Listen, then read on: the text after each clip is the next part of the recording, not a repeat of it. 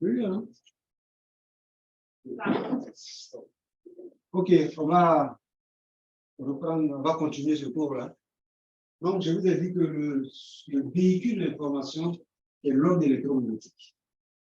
L'onde électromagnétique, que le rayonnement qui parvient au sol, qui interagit, et c'est selon cette onde électromagnétique-là qui va transporter l'information qui est reçue par le capteur. Alors, ici, vous avez dessiné là, le rayonnement, le spectre électromagnétique. Vous avez la partie optique et la partie radar.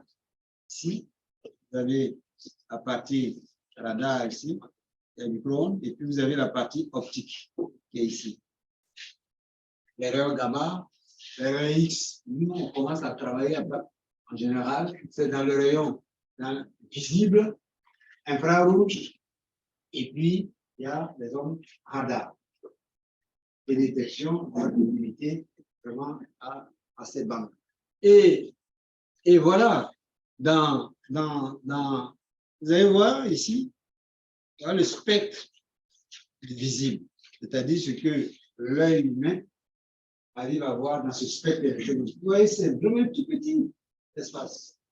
C'est compris entre 0,4 microns et 0,7 microns. C'est ce que l'œil humain perçoit.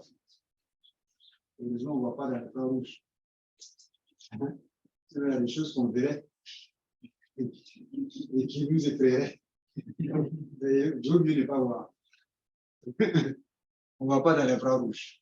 Il y a certains animaux qui voient dans l'infrarouge. Chiens, donc il y a des animaux qui voient dans l'infrarouge. Alors, le spectre du visible, le spectre du visible, ça va à peu près à 0,4 microns et 0,7 microns. Donc, ça commence le violet, le bleu, la bande électromagnétique du bleu. Il y a le vert, il y a le jaune, il y a l'orange et il y a le rouge. Donc, sur les satellites, en général, quand on travaille dans le visible, quand il y a des capteurs dans le visible, c'est dans ces bandes-là, on va choisir la bande électromagnétique. Donc, quand on travaille dans le visible, c'est toujours entre 0,4 et 0,7 microns. On va dire 400 nanomètres à 700 nanomètres. Ou bien 0,4 microns à 0,7 microns. C'est pareil. Nanomètres, c'est 10 puissance 9, microns, moins 6. Donc, ça, c'est la bande visible. Donc, le visible, ça dépend. C'est 0,7, 0,8. Bon, c'est pas grave. Et l'infrarouge en 0,8 et 14 microns. Alors, en 0,8 et 1,3, c'est le proche infrarouge. Entre 1,3 et 3 microns, c'est le moyen infrarouge. Et l'infrarouge thermique, c'est-à-dire si un capteur, si on veut mesurer la température des corps à la surface de la Terre, le capteur doit être, la bande spectrale doit être comprise entre 8 et, en général, 8 et 14 microns, ou bien entre 3 et 5 microns. C'est là qu'il y a la possibilité de mettre un capteur qui va mesurer la température au niveau. Si on veut mesurer la température, c'est là qu'il faut choisir. Et puis, vous voyez, il y a une bande entre. Vous pouvez peut-être poser la question. Parce qu'on dit entre 3 et 5, et puis entre 8 et 14. Il y a l'émission propre des corps. Mais dans le moyen infrarouge aussi, il y a un début d'émission. Mais véritablement, pour pouvoir avoir des capteurs qui mesure les températures, on va se placer entre 3,5 ou bien entre 8, 14 microns. Vous voyez, entre 5 et 8, il y a une bande d'absorption. C'est-à-dire le signal infrarouge thermique est absorbé. Il est absorbé et donc on évite cette bande spectrale. On ne va jamais mettre des capteurs avec dans les bandes spectrales entre 5 et 8 microns.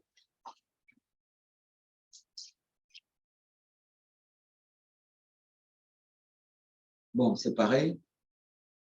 Alors, on va parler un peu du rayonnement électromagnétique. Bon, on ne va pas rentrer dans les détails. On va donner quelques éléments. Donc, la télédétection va utiliser donc les propriétés du rayonnement électromagnétique. Donc, en général, quand c'est des physiciens qui ont fait le cours là, tout est basé en fait sur le rayonnement électromagnétique. Bon, tout ce qu'il faut retenir, c'est que le véhicule d'information, c'est le rayonnement électromagnétique. Et ces rayonnements-là, il va se propager sous forme d'énergie dans la nature. C'est une énergie. Ce qui est capté par le détecteur, c'est une énergie. C'est une énergie.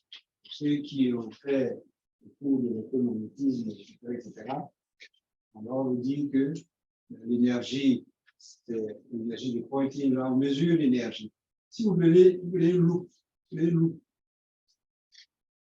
vous focalisez la loupe, vous mettez dehors, vous focalisez, vous allez voir le chapitre de l'eau, il fait les parties. Non, c'est de l'énergie.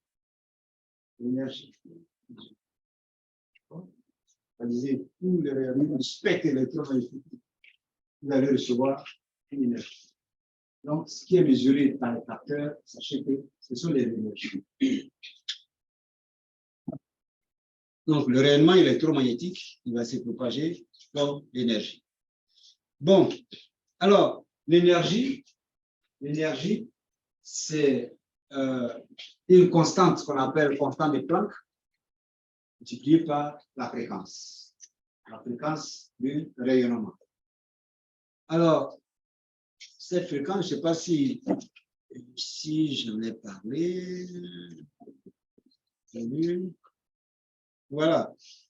Ça, ce sont les longueurs d'onde. Les longueurs d'onde, entre fréquence et la longueur d'onde, c'est l'inverse l'un de l'autre, multiplié par la constante de la vitesse de la lumière. Donc, on peut passer de la fréquence aux longueurs d'onde. Donc, ici, vous voyez, ici, l'énergie, c'est H nu. H, c'est une constante et nu, c'est la fréquence. Mais nu, c'est C sur lambda. Lambda, c'est la longueur d'onde. La longueur d'onde.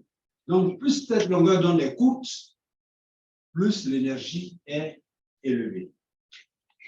Dans les courtes longueurs d'onde, on a des énergies de plus en plus fortes par rapport aux grandes longueurs d'onde. Alors, ce qu'il faut retenir dans tout ce que j'ai écrit là, c'est la dernière phrase. C'est l'énergie transportée par le rayonnement électromagnétique qui est détectée par les capteurs utilisés en télédétection.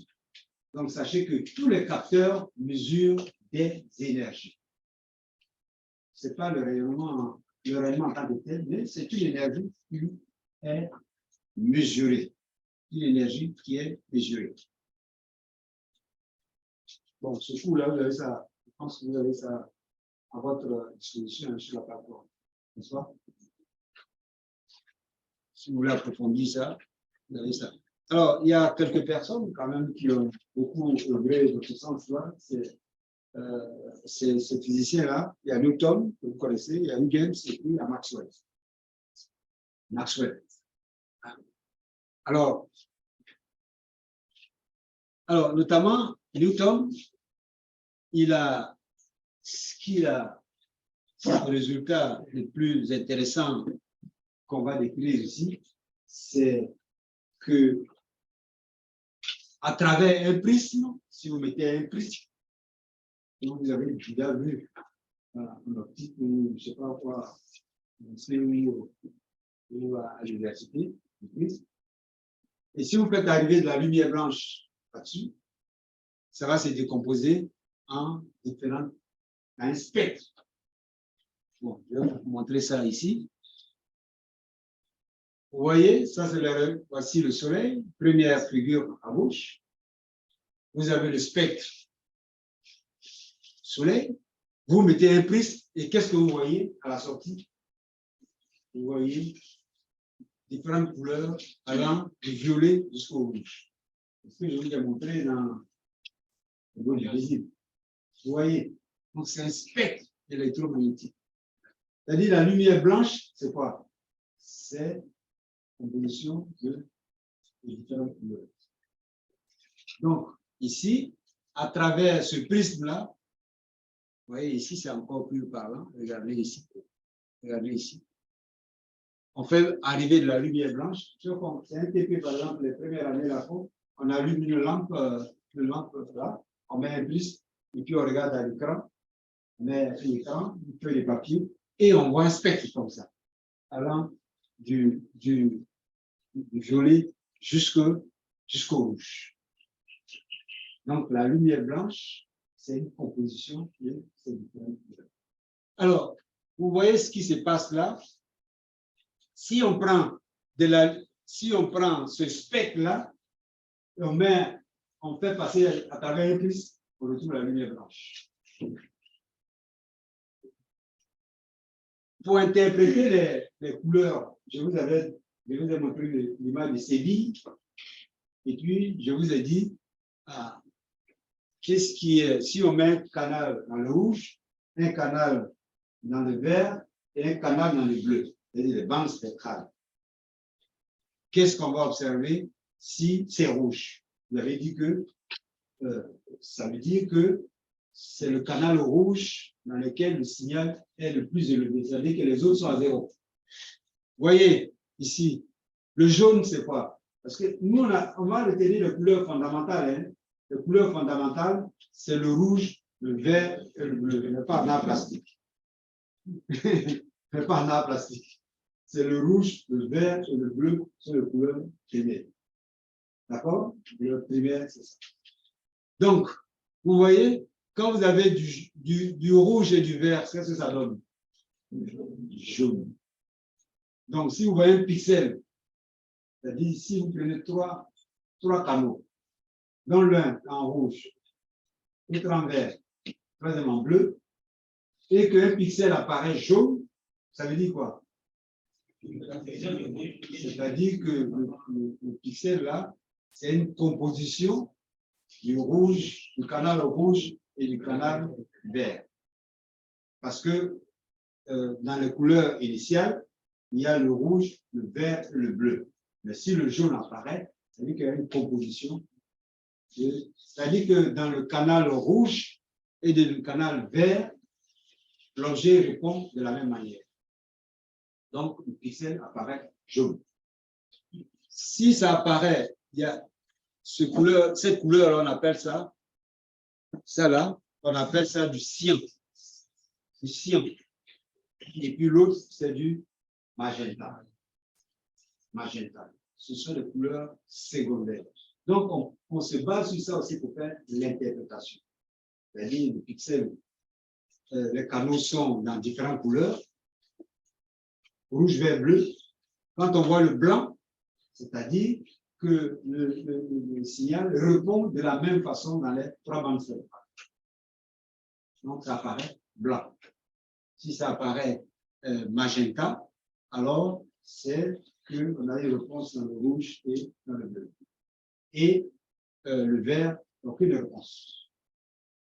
Donc, à partir de là, déjà, ça, on peut avoir des informations. Donc, ce sont des résultats assez intéressants qu'il faut utiliser lorsqu'on va faire les compositions colorées. C'est-à-dire qu'on va colorer trois canaux et on va les superposer, comme dans l'image de Séville. Par exemple, c'est un peu loin, mais si je remonte,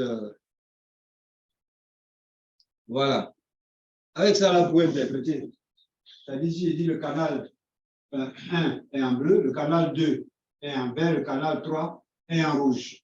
Quand vous allez voir ça, alors vous allez mieux interpréter cette image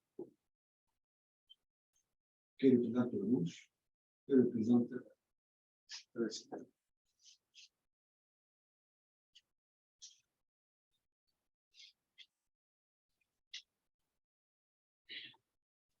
Donc, le fait de savoir que la lumière blanche se décompose sous cette forme indifférente dans ce spectre visible-là, va nous permettre de pouvoir mieux interpréter les données. Et puis, quelque chose de très intéressant qu'on va voir, c'est que, voilà, ça,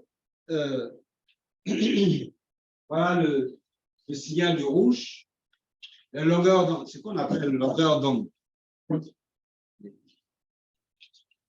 Voilà, quand vous avez un signal égal, ce qu'on appelle la longueur d'onde, c'est la mesure de crête à crête. Ça qui donne la longueur d'onde. Et son unité, c'est quoi? C'est en mètres. C'est en mètres. Nous, on a dit, ce qu'on vous a donné là, c'est le micron. Micromètre ou nanomètre. La longueur d'onde en mètres. Donc, ici, voilà la longueur d'onde du rouge, c'est-à-dire que la longueur d'onde du rouge est plus élevée que la longueur d'onde du violet. D'accord? Et ainsi de suite. Donc, ça va du violet jusqu'au rouge. Alors, voici quelque chose de très intéressant. On va regarder ensemble. Vous avez la lumière du soleil. On fait passer à travers un prisme. Qu'est-ce qu'on a? Une décomposition, un spectre allant du violet jusqu'au rouge.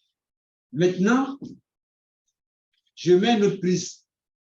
Ce qui sort là, c'est quoi? Comment je fais? C'est-à-dire, qu'est-ce que je fais ici? On va voir ça. Oui. C'est un filtre qui bloque les autres. C'est-à-dire que ce prisme-là que j'ai mis au dernier, là, ce plus qu'on a mis là, ça permet de sélectionner seulement le rayonnement dans le violet. C'est-à-dire bloque tous les autres. Qu'est-ce que ça veut dire? Ça veut dire que si je veux mettre un capteur sur le satellite dans la bande violette, ici, il suffira de le définir en prenant. C'est-à-dire ici, là, on dit tu laisses passer que la longueur d'onde comprise entre qui sont les longueurs d'onde.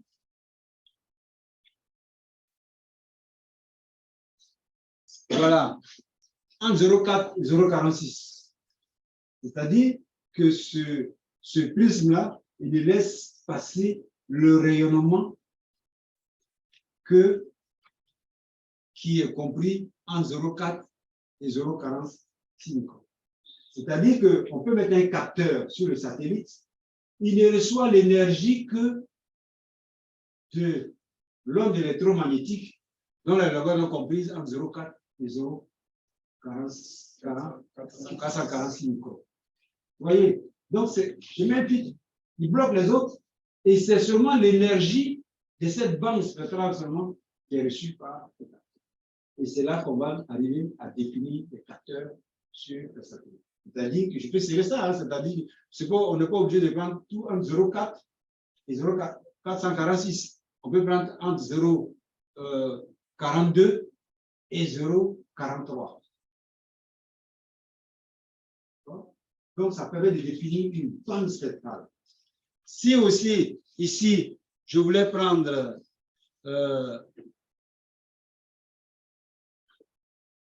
si je voulais avoir le rouge, je mets un filtre qui bloque les autres et je ne reçois l'énergie que. Parce qu'à la sortie, là, ici, là, si je mets un capteur ici, il va recevoir que le signal. C'est-à-dire que, vous voyez, le soleil éclaire les objets à la surface de la Terre. Et puis, ce qui est réfléchi vers l'espace, c'est le rayonnement qui contient toutes les longueurs d'onde du Soleil. Maintenant, sur le capteur, je décide de capter que le rayonnement compris en 0,4 et 0,446. Vous voyez? Donc, ça veut dire que c'est la réponse de la cible dans cette longueur d'onde non seulement qui m'intéresse. Donc, tous les autres sont bloqués. Je ne considère que l'énergie provenant de cette bande spectrale. Est-ce qu'on se comprend? Qui peut me réexpliquer ça? Parce que c'est ça qui va permettre de sélectionner les capteurs, la bande spectrale sur les capteurs. Vous voyez, je vous ai dit, le Soleil éclaire les objets à la surface de la Terre, n'est-ce pas? Normalement, c'est compris en 0,4 et 0,7 microns. C'est bien ça. Donc, il interagit avec les objets à la surface de la Terre. Et ce qui est réfléchi vers l'espace aussi, c'est compris en 0,4 et 0,7 microns. N'est-ce pas? Mais ce qui va m'intéresser sur le capteur, je vais définir par exemple une bande spectrale dans le violet, dans le bleu et dans le rouge. Donc, je choisis pour le capteur dans le violet, je fais passer un filtre là, et puis ce qui va arriver à la sortie du capteur là, c'est seulement la bande spectrale, le rayonnement, c'est-à-dire l'énergie de la bande spectrale compris en 0,4 et 0,46 microns. Parce que dans cette bande-là, il y a une relation particulière, une interaction particulière avec l'objet. Si dans cette bande-là, l'objet absorbe le rayonnement, donc sur le capteur là-bas, rien ne va arriver. Par contre, dans le vert, il se peut qu'il réfléchit partiellement le rayonnement. Il va voir, et puis, par exemple, dans le rouge, il réfléchit totalement. Donc, à partir de ça, sa réponse dans les trois bandes spectrales, je vais pouvoir avoir une idée nette sur l'objet, les caractéristiques de l'objet. Quand on va voir les signatures spectrales, je pense que... Mais, comme on sait par exemple pour la végétation, on a trois capteurs de Susus Spot. On a un capteur dans le bleu, un capteur dans le vert, un capteur dans le rouge. Il y a un faible signal, un signal relativement faible dans le bleu. Et puis, dans le vert, il absorbe totalement le rayonnement électromagnétique dans le vert. Et il réfléchit totalement, enfin, il réfléchit à 70% le rayonnement dans le rouge. Donc, quand je regarde la réponse des trois capteurs sur un couvert végétal, je vais avoir un petit pic, et puis une valeur très faible, et puis une très grande valeur. Je dis, si j'ai ces trois réponses-là, dans les trois bandes, je dis c'est de la végétation. Maintenant, ça, c'est la végétation verte. Maintenant, quand la végétation commence à flétrir, à se dessécher, puisque l'interaction entre l'onde électromagnétique et la matière va se faire au niveau microscopique, je vais dire au niveau des cellules.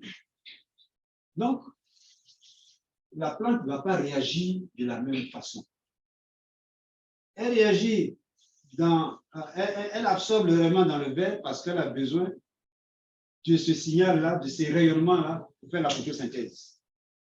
Mais quand la plante se dessèche, elle n'a plus besoin de faire de la photosynthèse. Donc, elle va réfléchir sur ce rayonnement-là. J'en ai pas besoin. Donc, elle va réfléchir sur ce rayonnement-là. Ça veut dire qu'en analysant le signal dans les trois bandes-là, je peux savoir si la végétation, elle est verte ou bien elle est desséchée. Vous voyez, c'est cela qu'on multiplie les bandes parce que le signal de ces objets-là dans les différentes bandes est différent, les caractéristiques différentes. Et en regardant ça, avec l'expérience, on arrive à comprendre et avoir une information sur l'objet sur lequel il y a eu l'interaction. Si c'est de l'eau, si c'est de la végétation verte, si la végétation desséchée, si c'est un sol nu, si c'est du maïs, si c'est de... etc., etc. Ou bien si c'est une zone urbaine, je vais avoir une idée par rapport à ça. Donc, ça, c'est intéressant de savoir qu'en mettant un filtre, une fois qu'on a mis le filtre là, on met le capteur, et il va capter que l'énergie de la bande dans le violet. Comme le schéma qui est indiqué ici. Est-ce qu'on se comprend? Parce que ça, c'est important qu'on va commencer à parler des bandes spectrales. Hein? Et pourquoi on choisit des bandes spectrales bien précises sur les satellites? Parce qu'il y a une mission qui est assignée. La mission, c'est d'étudier tel phénomène, tel phénomène, tel phénomène. Or, le phénomène à étudier a des réponses bien précises dans ces bandes-là. On multiplie les bandes aussi pour qu'on puisse avoir des réponses différentes.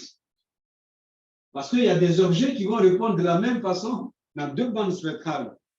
Maintenant, ce qui va permettre de lever l'ambiguïté, c'est peut-être la quatrième bande spectrale. Dans le moyen infrarouge, il va avoir un comportement qui va être différent. Et c'est ça qui va permettre de lever un peu l'ambiguïté. Sinon, après, on se mélange les pédales. Alors, il y a un autre, c'est Maxwell. Maxwell, bon, il a travaillé, c'est sur l'électromagnétisme. Alors, ces trois gars-là, au début, c'est il y a Talbot, Nadar et puis Eastman. Alors, au début, je dis les premiers instruments, les vecteurs, c'est bien ça, non? C'est les vecteurs, les premiers vecteurs, c'était les ballons. C'est les ballons. Il faut prendre la hauteur pour pouvoir prendre des images. C'est ça. Hein? Si vous voulez voir l'espace, il faut prendre la hauteur pour pouvoir prendre des images. Alors, si vous êtes très haut, vous allez avoir une surface assez grande, mais moins précis. Si vous n'êtes pas très haut, vous ne voyez pas une grande surface, c'est comme quand vous voulez faire des photos.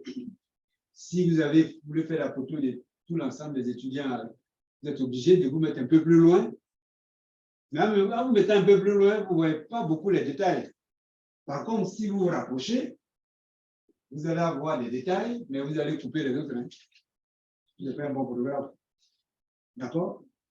Donc, les satellites aussi, plus ils seront hauts, plus ils vont voir les détails. Mais ils vont avoir des données beaucoup plus, sur un espace beaucoup plus grand. Donc, on choisit. Soit vous mettez très haut à 36 000 km comme les satellites géostationnaires, et puis ce qui vous intéresse, c'est véritablement une vue d'ensemble. Maintenant, si vous voulez avoir des objets, pour décrire les objets à résolution fine, alors là, il y a une certaine altitude à ne pas dépasser pour pouvoir voir les détails. Alors, tout à fait au début, on voulait prendre avec des ballons. Mais les ballons, c'est à l'hydrogène, non? C'est à l'hydrogène. On complète les ballons. Et puis, on veut avoir des images. Mais il faut quelqu'un qui sache développer un appareil photo. Il faut un autre pour pouvoir développer les images, les pellicules. Il y a un qui va... Vous n'avez pas vu les films, les appareils photo avec... comment on appelle ça? Les pellicules. Vous n'avez pas vu ça? Il y a des pellicules, hein? Par exemple. Hein? Donc, il faut quelqu'un pour développer l'appareil photo. Il faut quelqu'un pour développer les films. Et puis, un autre pour pouvoir faire... il faut un chimiste. Hein? Je me rappelle, en TP, on faisait des TP de spectroscopie. Et on faisait des photos. Et puis après, on s'en mettait dans une chambre noire là, pour pouvoir développer ça. Donc, il faut quelqu'un d'autre aussi. Voilà. Donc, ces trois personnes-là, ce sont ces gars-là qui ont pu réaliser ça. C'est-à-dire qu'il y a Talbot qui était un chimiste. Nadar, lui, c'était conçu appareil photo. Et puis, L'autre, Eastman, lui, il avait une entreprise de fabrication de films Kodak, c'est-à-dire les pellicules. C'est ce qu'on achète dans l'appareil photo Kodak. Donc, comment on peut développer, comment on peut prendre des images de la lumière à partir de l'espace. Ce sont ces trois-là qui ont fait les premières, qui ont développé les premières technologies pour pouvoir faire des photos à partir des ballons. Après les ballons, on est passé petit à petit aux satellites, aux avions, ainsi de suite. Voilà ce que l'autre a dit. Si on veut prendre des photos de l'espace, est-ce que tu peux nous développer, un film qui peut nous permettre de pouvoir faire ça? Donc, il fallait les trois pour pouvoir réaliser ceci. Parce que jusqu'auparavant, personne n'avait jamais fait. Bon, maintenant, on va rentrer dans quelques bases mathématiques de la télévision. C'est ce que... base mathématique, mais je vais pas le faire en tant que tel parce que je vais vous présenter quelques résultats, tout simplement, puis on va commenter. Alors, sinon, ce sont les équations. Si le premier coup, la plupart qu'on vous donne les équations. Alors, donc, l'énergie, sachez que la plupart des détecteurs sont sensibles à l'amplitude des rayonnements, c'est-à-dire à l'énergie qui est propagée. Donc, tous les capteurs, la plupart des capteurs qu'on a sur les plateformes spatiales enregistrent des énergies. C'est capté, c'est l'énergie. Alors, l'énergie, je vous ai dit que c'est H nu, c'est-à-dire une constante H multipliée par la fréquence. Alors, la fréquence, c'est aussi c'est inversement proportionnel à la longueur d'onde. Inversement proportionnel à la longueur d'onde. Donc, toute cette énergie, plus la longueur d'onde est courte, plus on va avoir une énergie beaucoup plus importante. Alors, peut-être que je vais aller à la fin. Alors, ce qu'on appelle l'angle solide. L'angle solide. Quand vous prenez quelqu'un une feuille de papier, non, c'est bon, je ne vais pas. Quand vous prenez pour les angles qui courent, vous prenez deux droites, se croisent, ça définit un angle. Mais ce qu'on va appeler angle solide, c'est ceci. C'est-à-dire l'angle que vous allez définir à partir de ceci pour pouvoir voir un objet. Et ici, là, c'est ce qu'on appelle la surface DS. C'est la surface qui est vue. C'est-à-dire cette surface-là. Ici, c'est une surface. D'accord? Et puis, entre là et là, c'est une distance que j'appelle R. Et donc, l'angle solide, c'est défini par cette surface-là, qui est vue par ceci, et puis cette distance-là. Et on appelle ça, c'est un stéradien. Excuse-moi. C'est un stéradien. D'accord? Donc, si on parle d'angle solide, sachez que c'est ce que ça veut dire. Mais je ne vais pas trop vous embêter sur ça. Parce qu'il fallait que je développe tout ça là. Parce qu'on va plutôt regarder, ceci. Alors,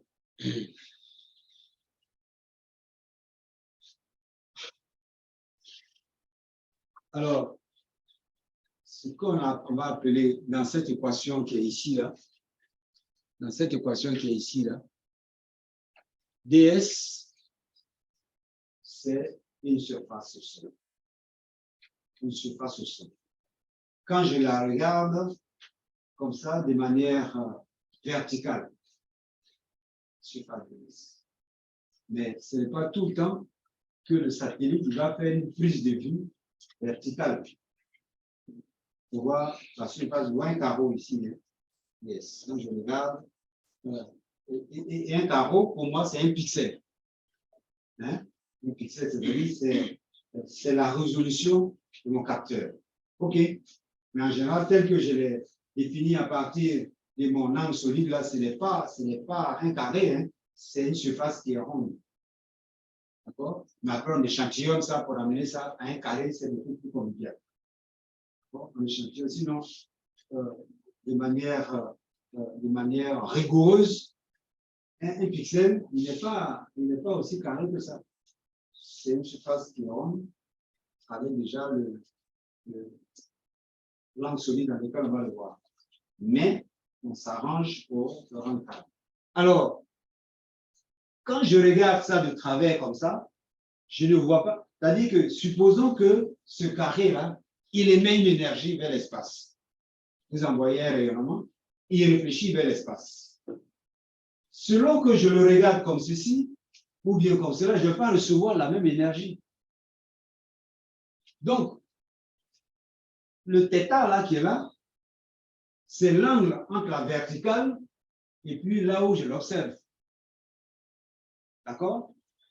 Donc, ce que je vois, c'est-à-dire l'énergie que je reçois, on appelle ça ds cosinus θ, c'est une surface apparente. H, c'est l'altitude du satellite. C'est tout à une certaine altitude. Et puis, dW qui est là, c'est l'angle solide du capteur. Ça me permet de définir, ouais, si θ égale à 0, qu'est-ce que ça devient? Si θ égale à 0. Oui, c'est-à-dire que c'est comme si je regardais ça de manière verticale.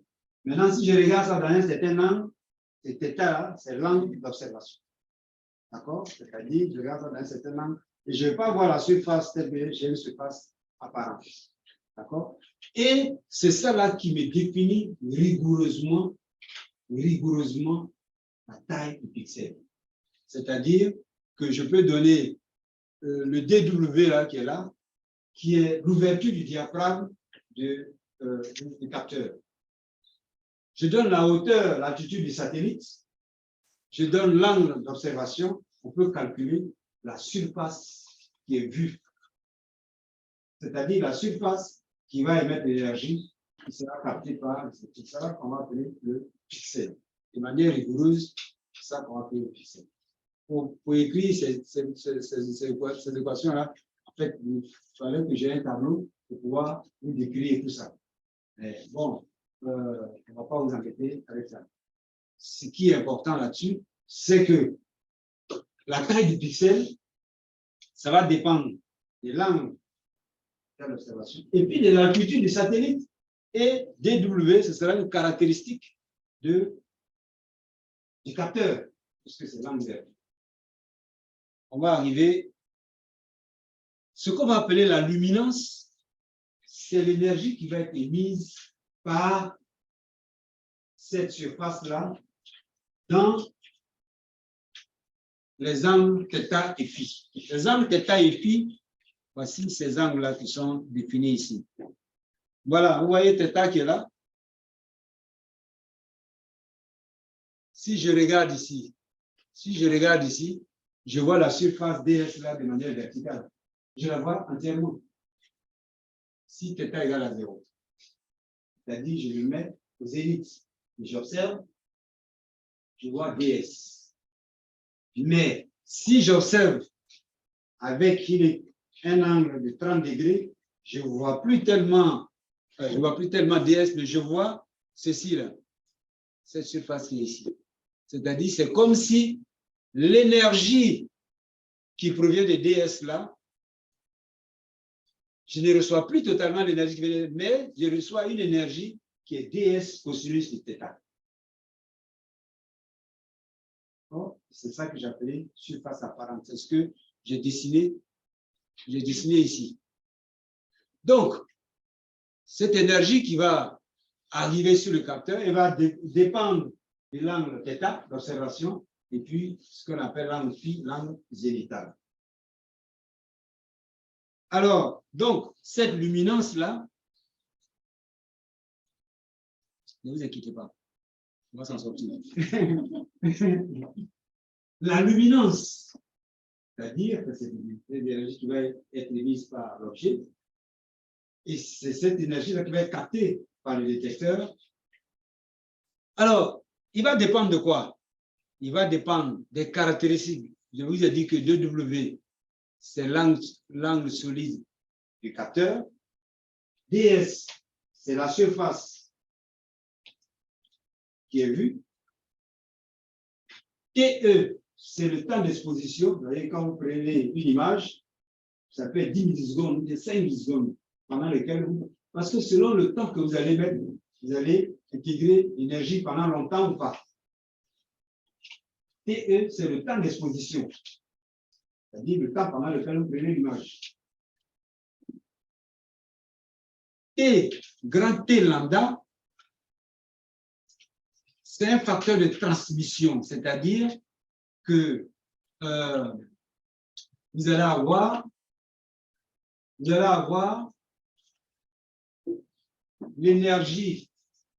Je vous ai dit que l'énergie arrive, vous avez le rayonnement électromagnétique dans le bande visible, et puis T lambda, il va prendre l'énergie comprise seulement dans la bande, comme le violet là.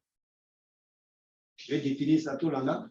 Alors, c'est ça que j'appelle T lambda. Ensuite, R lambda, grand R lambda dans cette expression-là, c'est que je vais transformer cette énergie électrique, c'est une énergie électrique, cette énergie électrique en énergie, cette énergie électromagnétique en énergie électrique. On parle d'électromagnétique, c'est de l'énergie électrique. Maintenant, je vais avec, comment ça s'appelle?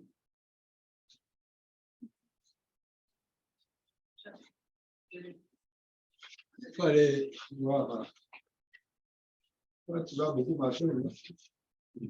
Alors, cette énergie électrique, on va convertir ça en cette énergie électromagnétique, puisqu'elle provient du rayonnement, c'est une énergie électromagnétique. Je vais convertir ça en énergie électrique et digitaliser ça en 0 et 255. Maintenant, vous allez avoir une intégrale qui apparaît là.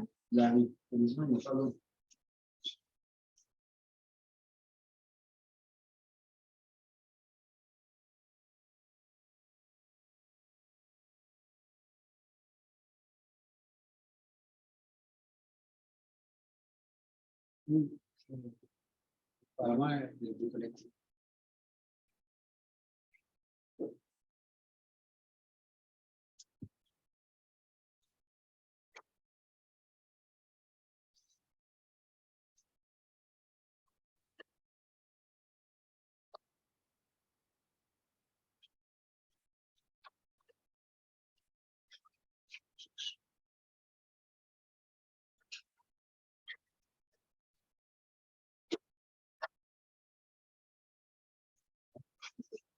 Ok.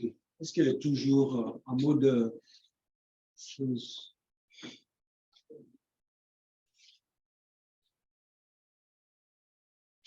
Oui, c'est bon, c'est bon.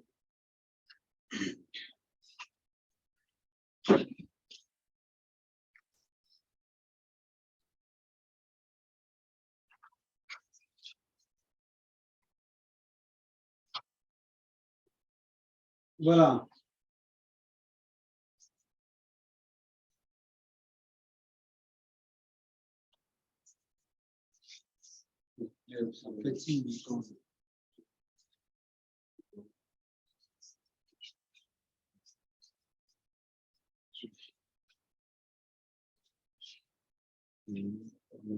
Quand il lève la main, là, je ne le vois pas. C'est pour cela que je vais regarder.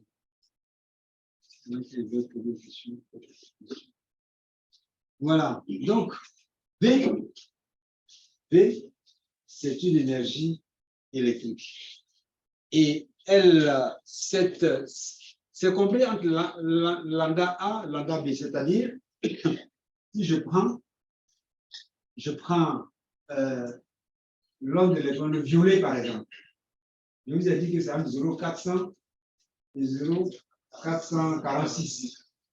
Donc, toute l'énergie en provenance, toute l'énergie dans cette bande-là, je définis, je l'intègre Et c'est ça que je mesure. Donc, c'est ça qui signifie lambda A, lambda B. C'est-à-dire, je prends toute l'énergie dans la bande spectrale comprise par exemple 0,400 et 0,446. La luminance, c'est L. Lambda B, c'est-à-dire c'est l'énergie qui provient de la surface du sol. Et puis les autres, ils dépendent des caractéristiques de votre capteur. C'est-à-dire DW, c'est l'ouverture. DS, c'est l'angle. Non, DS, c'est la surface. La surface. DW, c'est une caractéristique du capteur. TE, c'est le temps d'exposition. T lambda, c'est un facteur de transmission.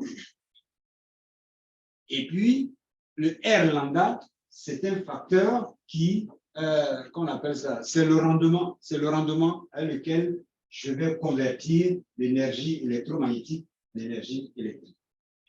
Vous voyez? Donc, ça veut dire que dans l'énergie qui est dans le signal qui est mesuré par le satellite, il y a non seulement le signal qui est issu de la surface de l'objet sur lequel il y a une interaction, mais aussi, ça va dépendre aussi des caractéristiques du capteur. Donc, au fil du temps, quand vous lancez un satellite, la première année, les rendements et les T lambda, c'est-à-dire T lambda et R lambda ont certaines valeurs. Et puis, au fil du temps, quand ça commence à vieillir, on va avoir d'autres valeurs. Ça veut dire qu'il faut les recalibrer de temps à autre. Ils font des recalibrages pour pouvoir garder les mêmes informations. Sinon, il y a une dérive de capteurs. Donc, c'est ça qui permet d'intégrer tout. Mais vous, on vous donne des données, on vous donne des images, tout ça là, c'est fait. Hein? C'est pas vous qui le faites. C'est-à-dire calibration, machin, tout ça là, c'est fait. Et on vous remet une donnée déjà calibrée et tout ça. Mais sachez que dans le signal qui est mesuré là, ça dépend aussi du vieillissement, aussi des caractéristiques. Ça dépend de l'énergie qui est captée, qui provient de la cible, mais ça dépend aussi des caractéristiques de votre capteur. Sans compter que dans ce qu'on a fait là, ce qu'on a vu, on n'a pas du tout fait appel aux perturbations atmosphériques. Aux perturbations atmosphériques. C'est-à-dire les signaux de diffus et tout ça là qui sont arrivés sur le capteur. On n'a pas tenu compte de ça. Hein. On a fait comme si l'atmosphère était complètement transparente. Après, il va falloir faire des corrections. Parce que si vous prenez une image seulement au mois de novembre, et vous prenez une image au mois de mai, l'atmosphère n'a pas les mêmes caractéristiques. Pas les mêmes caractéristiques.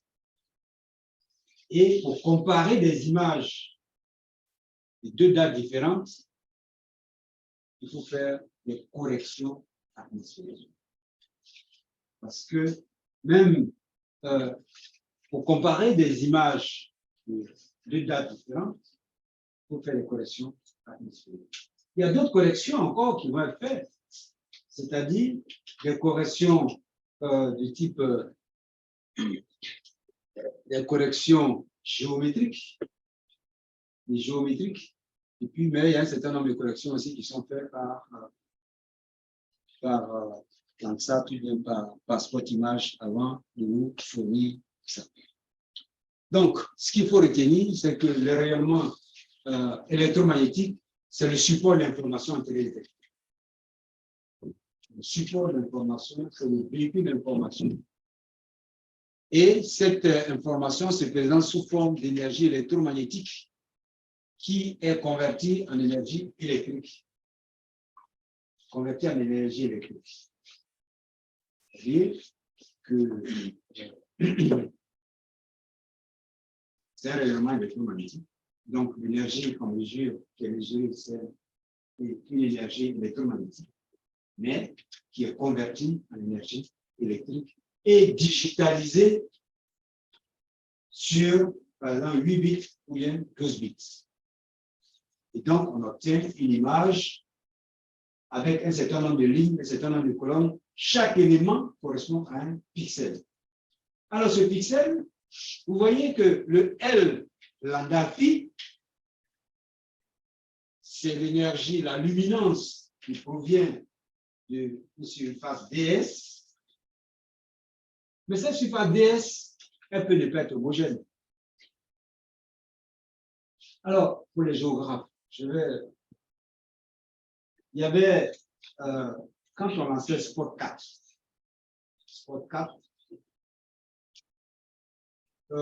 moi, mon professeur, mon directeur de thèse, il était au centre spatial.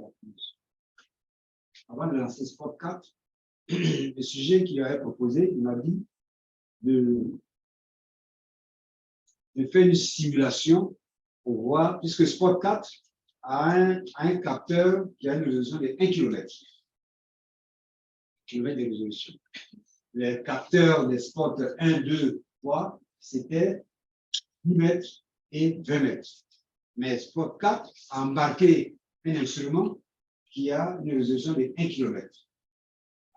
Parce que Noah, AVHR avait déjà aussi un instrument de 1 km, concurrencer aussi ça. Alors, ce qu'on voulait savoir, est-ce que la résolution 1 km permet de pouvoir analyser l'hétérogénéité, surtout dans une zone de végétation de savane. C'est une savane. Est-ce que la résolution 1 km permet de prendre ça en compte? Donc, j'ai pris comme zone d'étude le parc national de la Commune. Parce que c'est un parc avec pas mal de... Il y avait savane arborée, savane arbustive, tout ça, les savanes herbeuses, etc. Alors, à l'échelle d'1 km, c'est-à-dire qu'à l'échelle d'1 km, le pixel, le plus petit détail que ce capteur-là va enregistrer, c'est une surface de 1 km par 1 km. Mais en zone de savane, il n'est pas évident de trouver une zone homogène. C'est-à-dire une zone où vous allez avoir la savane seulement herbeuse, ou bien savane arborée, ou bien savane arbustive, etc., etc.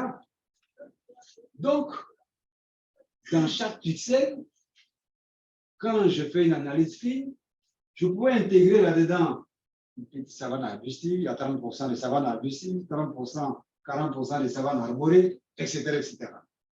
Alors, je sais que vous avez défini des nomenclatures à l'échelle pour les savanes, pour les différents types de savanes de végétation, n'est-ce pas? C'est vous qui avez défini tout ce qui est savane arborée, savane arbustive, etc., etc. Mais ça, c'est à l'échelle de l'œil humain. Maintenant, quand vous intégrez la savane arbustive dans la savane arborée, c'est là qu'on vous appelez ça. C'est-à-dire, ce qu'il convient de faire, c'est que à l'échelle de l'œil humain, on a une certaine nomenclature. Mais lorsqu'on regarde ce paysage-là avec des capteurs de 1 km de résolution, cette nomenclature n'est plus valable.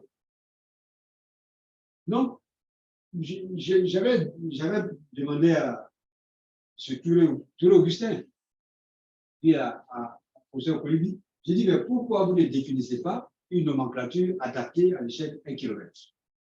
Parce que ce que vous avez défini là, à 1 km, moi, je ne vois pas de savane arborée ni de savane arbustive. Parce que ça n'a plus de sens. D'accord? Donc, il serait cohérent de définir une autre nomenclature lorsque on change d'échelle. L'échelle 1 km doit avoir sa nomenclature.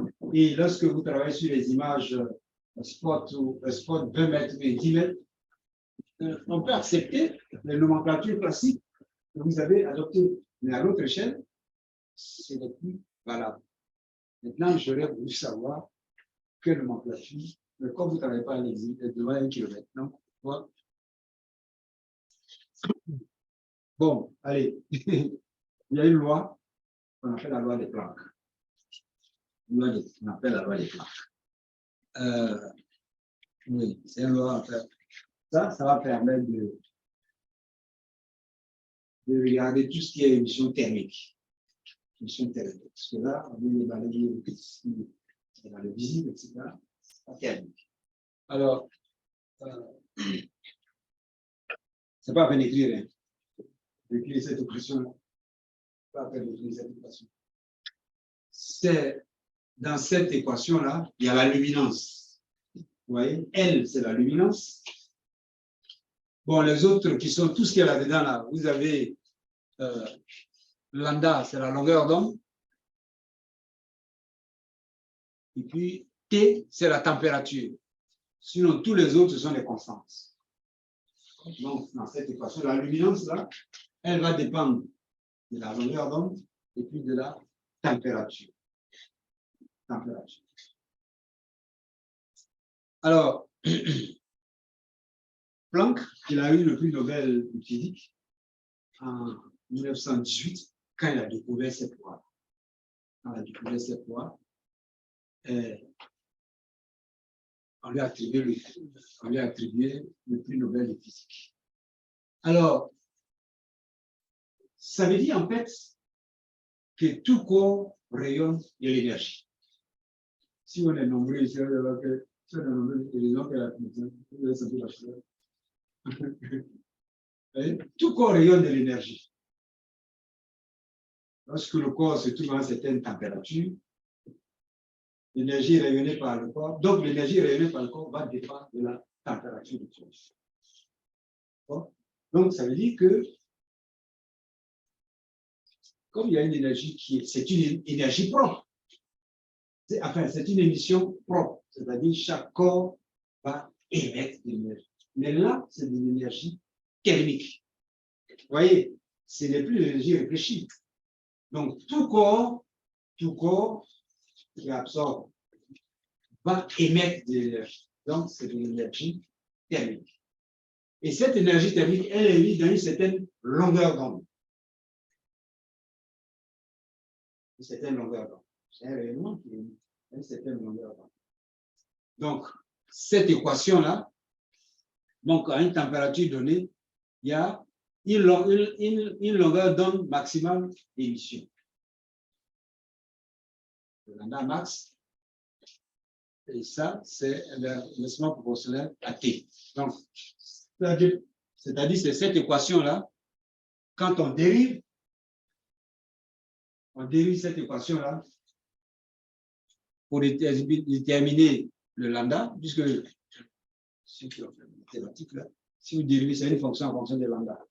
Hein? C'est une équation en fonction de lambda. Quand vous dérivez ça, vous trouvez le lambda max. Et ce lambda max, il dépend de ceci. Alors, quand on remplace toutes les constantes là-dedans, on trouve ça. Donc, l'inversé proportionnel à T. Alors, voilà ce que ça veut dire. Ça veut dire que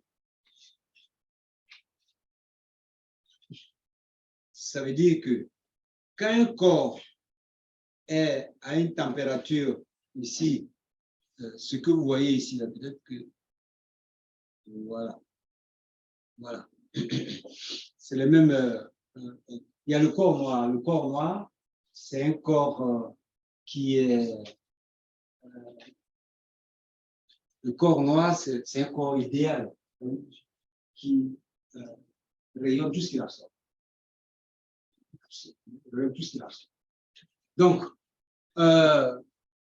pour un corps noir, si vous prenez un corps noir à la température 6000 degrés Kelvin, voici la courbe d'émission. Vous voyez la courbe de 6000 degrés Kelvin. Vous voyez la courbe d'émission, c'est celle qui est la plus haute là. Et le lambda max, il se trouve à 0, à peu près 0,5 microns. Mais c'est la température du soleil. C'est la température du soleil. Alors, si on regarde le spectre de l'œil humain, il se trouve à 0,5. Si on regarde le spectre de l'œil humain, le lambda max se trouve à 0,5. Ça dit que il y a des choses, franchement, c'est extraordinaire. Comment se fait-il que, parce que nous, la source d'énergie qu'on a, c'est le soleil.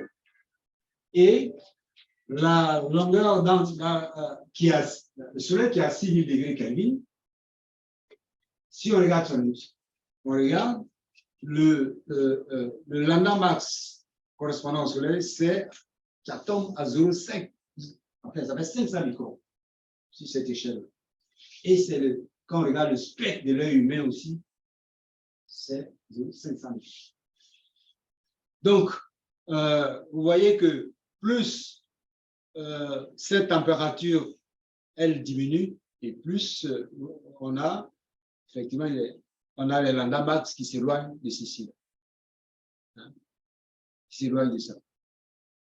Donc, on définit ce qu'on appelle la loi de Vienne, c'est-à-dire que lorsqu'on trace cette courbe-là, c'est la droite qui est là qu'on appelle la loi de Vienne. Peut-être que vous n'avez jamais affaire à ça, mais au moins vous avez entendu parler de ça. C'est l'ensemble des max lorsque on peut varier les températures. Et je vous avais parlé de ça.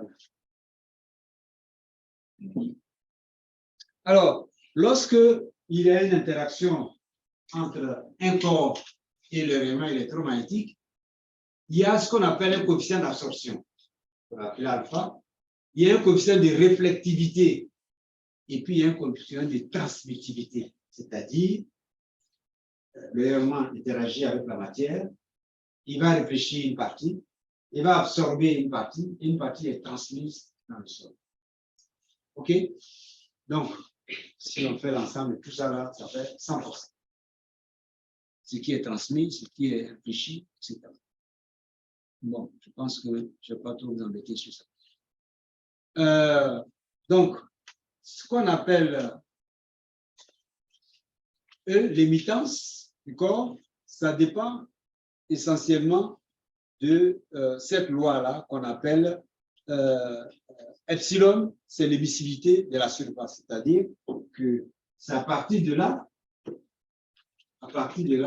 qu'on peut tirer, parce que ça dépend de la température. Mais le E qui est là, l'émittance, il dépend de la température. C'est-à-dire que quand vous mesurez, vous prenez un capteur infrarouge thermique, il va mesurer une certaine énergie. Si on connaît epsilon, on arrive à déterminer la température du corps. On arrive à déterminer la température. Donc, je pense que ça doit être... Alors, regardez le soleil, c'est ça. Je vous ai dit que il a à peu près 6000 degrés Kelvin. C'est 5800, ça dépend de la littérature. 6000 degrés Kelvin. Et je vous ai dit que la longueur d'onde d'émission, c'est 500 microns, c'est-à-dire 500 nanomètres, c'est-à-dire 0,5 microns. N'est-ce pas? Vous voyez ça dans le maximum qui est là. 0,5 microns. Alors, si vous prenez la Terre, il a 288 degrés Kelvin. Et le maximum d'émission se trouve à peu près à 10 microns. Alors, quand on veut mesurer la température des corps à la surface de la Terre, vous voyez que les capteurs qui sont embarqués vont être autour de 10 microns. Si on veut mesurer, si vous regardez tous les capteurs qui mesurent la température au niveau de la surface, ils sont autour de 10 microns, parce que c'est là qu'on a le maximum d'émissions. Okay? On va mettre le capteur à 5 microns, parce que là-bas, c'est faible. Mais à 10 microns, on va recevoir le maximum d'énergie, pendant que pour le soleil, c'est... Bon, je pense que c'est tout ce que je voulais vous dire sur... je vais être à la fin, oui, je vais être à la fin de cette partie du cours-là. Parce qu'aujourd'hui, je ne pense pas que... Bon, je vais vous laisser poser des questions. Oui. Sur le professeur, en façon de c'est-à-dire, suivant les rayonnements émis sur un objet, une particule est absorbée, réfléchie et transmise. transmise Oui, au sol. oui. Au lieu comment on appelle ça, au lieu d'étudier les rendements réfléchis, est-ce qu'il ne serait pas plus facile de plutôt étudier le rendement transmis sur le sol en déposant peut-être des outils sur la terre? C'est possible, mais qu'est-ce que vous voulez en faire? C'est-à-dire, pour ça, je parle du principe pour les lancements satellitaires. Pour ça, ça Oui, permet oui, mais quand tu es dans l'océan, comment tu fais? Tu vas aller disposer. Ce qui est. Non, c'est plus compliqué ce que tu veux faire. Oui. Quand c'est de poser les instruments par terre, la selle sera permise. Une partie de la selle sera couverte par l'instrument. Parce qu'on veut mesurer la transmissibilité d'un objet à la surface de la terre. Mais si on veut mettre l'appareil de boucher là, ça veut dire que, je ne sais pas, on va aller à une certaine profondeur. Que la surface soit dégagée. Peut-être que si tu fais une expérience particulière par rapport à un type, une expérience particulière, à la rigueur, tu peux faire ça, mais on ne peut pas faire ça pour avoir une information sur les grands espaces. Hein, je ne te parle du cas de l'océan. Hein, ce qui nous intéresse sur l'océan, c'est pouvoir avoir accès à la température de la surface de l'océan. Puisque cette température-là, elle interagit avec l'atmosphère et pour la déterminer le climat. Donc, on a besoin de connaître la température de la surface de l'océan. Parce que ce qui gouverne le climat, même, c'est l'océan.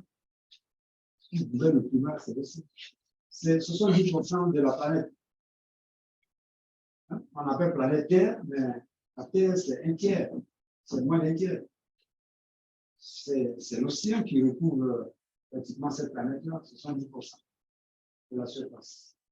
Donc, on a besoin d'avoir des informations à la surface des océans. Et ce qui serait le paramètre le plus important, c'est la température, la salinité, etc.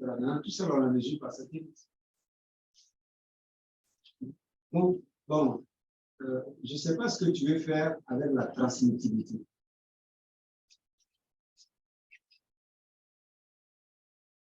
Avec la transmittibilité, je ne sais pas ce que tu veux. Oui. Est-ce que déjà, est-ce que déjà avec l'énergie qui a été transmise à l'énergie transmise, on peut avoir des informations sur le corps qui a transmis l'énergie? Non, transmis, il faut faire très attention à ce que j'ai dit. Il y avait un rayonnement électromagnétique qui arrive au niveau d'une cible, par exemple un couvert végétal. Il y a une partie qui est réfléchie vers l'espace. Il y a une partie qui est absorbée par le couvert végétal lui-même. Et puis une troisième partie qui est transmise dans le sol, qui traverse et qui est transmise dans le sol. Voilà. Donc, c'est là que je dis, je ne comprends pas bien la question. En fait, c'est lui, il a dit, au lieu de travailler avec l'énergie réfléchie, on pouvait directement travailler avec l'énergie qui est transmise dans le sol en plaçant des instruments au sol. C'est il a dit.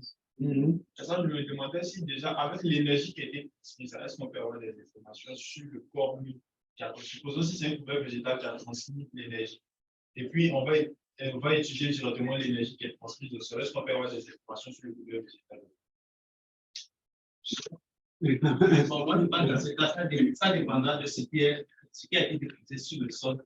On va étudier l'énergie transmise. Oui, mais en fait, je ne vois pas où on veut aller. En fait, je ne sais pas. Je ne sais pas où on veut aller. C'est-à-dire, c'est pour quel objectif? Je ne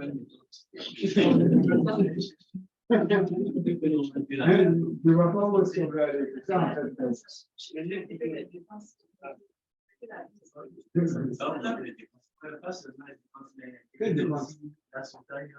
Oui, mais avec le capteur spatial, là, tu as la possibilité de voir des grands espaces.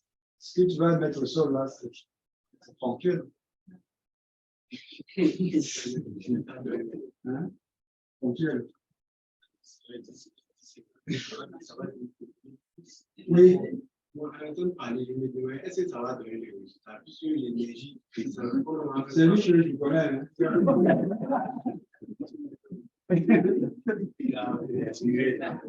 Ah, je ne sais pas ce qu'il veut comme tel comme lui.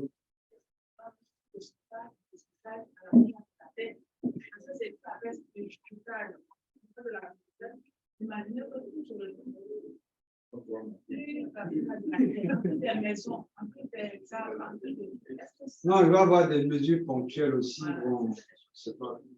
Sinon, pour ceux qui font l'agrométéo, qui veulent étudier certains paramètres au sol, dans le sol, liés au sol, donc eux là, ils s'intéressent à ce genre de paramètres, quels sont les paramètres qui sont dans le couvert, puis tout ce qui est transmis dans le sol, etc. L'évapotranspiration, les plantes, etc. Mais là, c'est des expériences vraiment ponctuelles. Bon, qu'est-ce qu'on peut retenir de ce cours-là? Qu'est-ce que vous avez saisi avant qu'on, dans 5 minutes? Et il y a des questions, s'il vous plaît? Parce qu'on a, bon, on a fait un grand tour. Hein? On va commencer maintenant à regarder un peu plus. Ça. Après, du coup, la télédétection, mais on n'a pas encore compris grand-chose de la télédétection. Et c'est progressivement qu'on va commencer à entrer dans l'utilisation des satellites pour l'observation. Qu'est-ce que vous avez compris? Et qu'est-ce que vous avez retenu?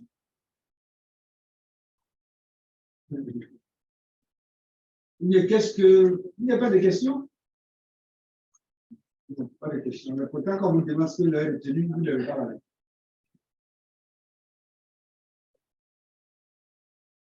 Bon, donc jeudi, ce sera peut-être vous serez Hélène qui va faire le cours avec vous.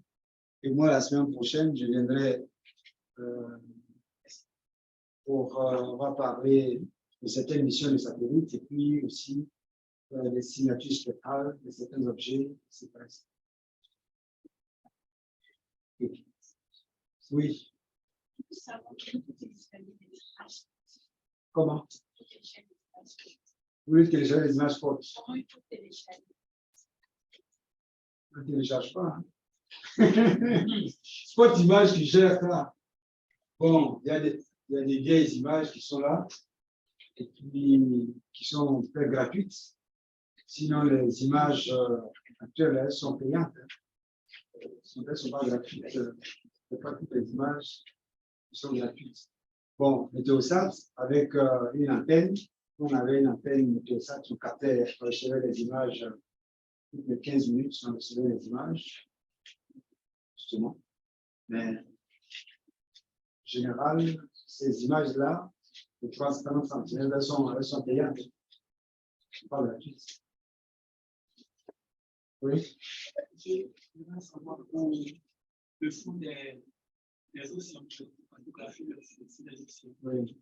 C'est quel rayonnement, c'est les phares, les rôles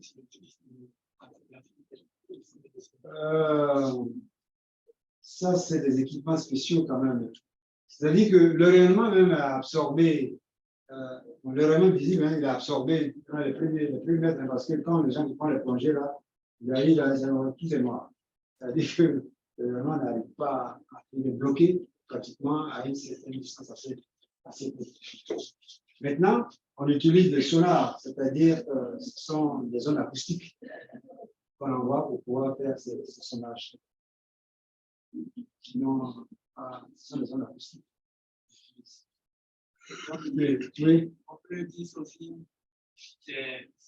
on peut le mettre aussi dans la télédétection aussi. Oui, la télédétection, c'est le fait de pouvoir, le fait de pouvoir acquérir une information à distance. Mais là, ce n'est pas avec les satellites.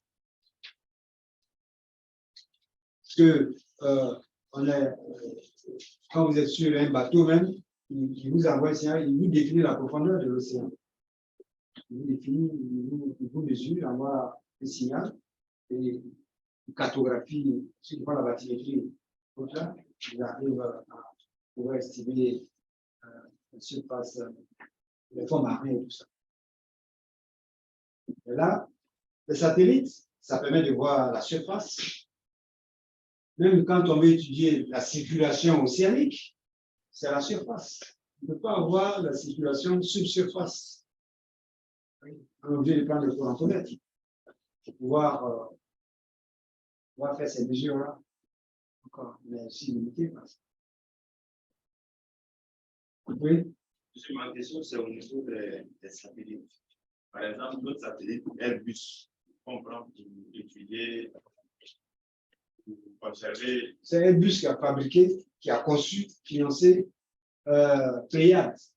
Oui, d'accord. Oui. Donc, par exemple, parce que à travers l'image que j'ai vue, la végétation est bien visible. Oui. Donc, on peut faire une interprétation facile. Oui. On peut utiliser, disons, on peut faire une interprétation à l'œil nu. Oui. Maintenant, pourquoi ne pas utiliser ces satellites-là pour étudier tous les autres? Oui, parce que plus la résolution est fine, plus vous avez une surface qui n'est pas grande. Hein? Pas grande. C'est-à-dire qu'il peut avoir un spot, une image spot, c'est 60 km par 60 km. Oui, mais avec une résolution de 30 cm, vous avez une image, une petite image. Pour couvrir une grande zone, il va falloir beaucoup d'images. Donc, dans l'image, il y a plusieurs pixels. Dans une image, il y a plusieurs pixels. Par exemple, sur spot, c'est 20 mètres par 20 mètres. 20 mètres par 20 mètres. Chaque pixel couvre une surface de 400 mètres carrés. Un pixel, c'est 20 mètres par 20 mètres, avec 400 mètres carrés. Vous voyez? Donc, vous pouvez calculer ce qu'il faut pour couvrir une image de 60 km par 60 km. Une image forte, c'est 60 km par 60 km. Voilà. Maintenant, si vous voulez, pour les images d'1 km par 1 km, ça c'est les grands espaces, vous ne voyez pas les détails. Plus la résolution est fine, et moins vous allez avoir des images couvrant les grands espaces, les grandes surfaces. C'est ça. Hein, si vous voulez, vous voyez le satellite Météosat, les satellites géostationnaires, il y a deux types de satellites en gros qu'on va penser. Il y a les satellites géostationnaires, c'est-à-dire tous ceux qui sont à 36 000 dans le plan équatorial. Satellites de télévision, satellites météorologiques, ils sont des satellites géostationnaires. C'est-à-dire, eux, là, ils observent la même zone-là en permanence. Ils surveillent la même zone, un tiers du globe comme ça, en permanence. Si j'avais une image, ils surveillent la même zone en permanence. Satellite télévision, satellite télécommunication, satellite météorologique, ce sont les satellites géostationnaires. C'est-à-dire qu'ils tournent à la même vitesse que la Terre. Donc, ils voient une même surface en permanence. Mais les résolutions, elles ne sont pas bonnes. Par contre, les satellites, on appelle ça. Il ne faut pas prendre un satellite effectivement pour regarder le match qui se passe au Qatar. Parce que le satellite géostationnaire, il est positionné de telle sorte à tourner à la même vitesse que la Terre. Donc, il voit le même point là en permanence. Il surveille le même point, la même zone en permanence. Si vous prenez un satellite à défilement, il passe une fois, vous avez vu juste les 2 premières minutes, et puis c'est dans 100 minutes après, vous allez voir encore l'image est terminée. Vous voyez, le satellite géostationnaire, il est positionné sur son orbite équatoriale et il voit la même zone là en permanence.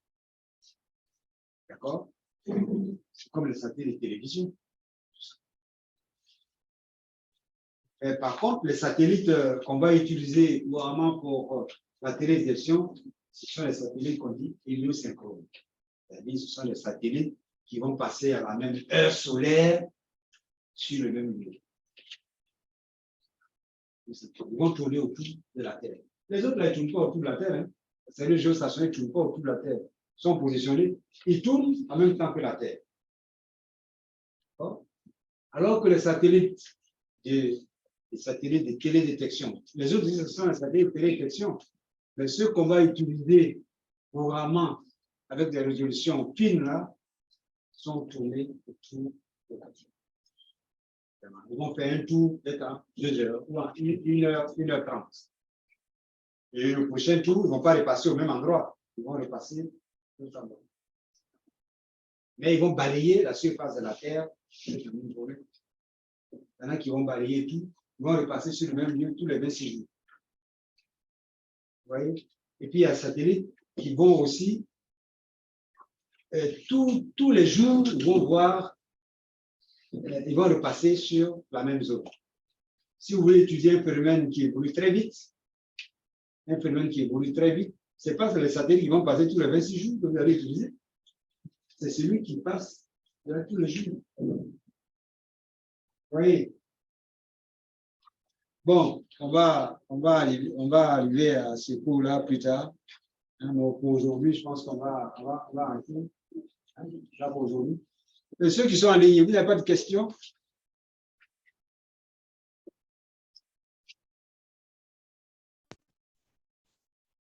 Ça va pour le moment. On va prendre le temps de reconsulter les documents et revenir s'il y a une question. D'accord, ok.